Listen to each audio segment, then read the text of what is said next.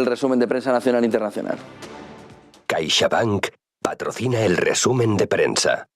CaixaBank. Escuchar, hablar, hacer. 8:26, Eva Villanueva, ¿qué lleva la prensa nacional e internacional? Por negocios.com, con ese protagonismo a esas peticiones de Rusia, como el G7 rechaza la petición de Rusia de pagar la energía en rublos. El ministro alemán de Energía ha revelado que han acordado no ceder a la demanda de Moscú de pagar las importaciones de energía de Rusia en su divisa. Fotografía para Vladimir Putin en una jornada en la que convive como se reanudan las conversaciones presenciales de paz entre Ucrania y Rusia en Turquía, y como el Consejo de Ministros va a dar luz verde al plan de medidas para combatir los efectos económicos de la guerra. En cuanto a la portada de expansión de este martes 29 de marzo, vemos como el principal foco de atención se sitúa en el análisis de ese plan de choque del gobierno ante la guerra en energía, alquileres y empleo, como el presidente ha anunciado ante el empresariado un paquete de medidas de 6.000 millones de ayudas directas y 10.000 millones en créditos ICO y recortes del precio de la energía para paliar el impacto de la guerra. También, entre otros asuntos, en el sector de distribución, como el Corte Inglés releva a Del Pozo y crea una comisión ejecutiva al tiempo, que vemos también como Santander da al Banco Central Europeo todo el poder sobre sus dividendos en especie, mientras que BBVA no. Saltamos así a la portada de 5 días, que también pone el foco de atención en la crisis energética. El gobierno mantiene un pulso para que el tope al gas se sitúe por debajo de 50 euros megavatio hora, y añade además como el bono social se amplía, pero sigue ligado a la tarifa regulada. Entre otros asuntos también, y de cara a ese plan de choque frente a la crisis, señala y analiza 5 días la batería de medidas del gobierno para hacer frente a la crisis generada por la guerra en Ucrania.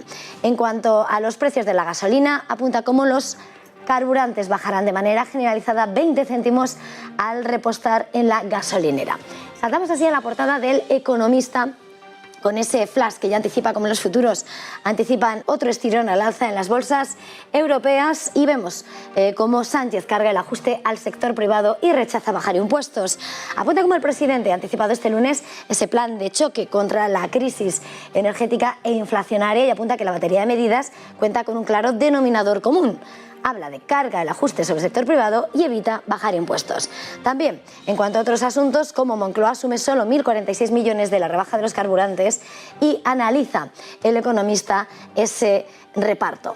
También saltamos así a las portadas internacionales. Un día más, Financial Times sitúa como principal titular del día la guerra en Ucrania y cómo Estados Unidos está advirtiendo a los fortunas rusas, a los adinerados rusos, a que no traten de evitar sanciones moviendo los activos, y señala como fuentes del Tesoro están incrementando los esfuerzos para evitar esas transferencias de dinero en medio de esa invasión en Ucrania, mientras que Rusia no prolonga la demanda de que Ucrania tiene que desnazificarse en esas conversaciones sobre el cese el fuego.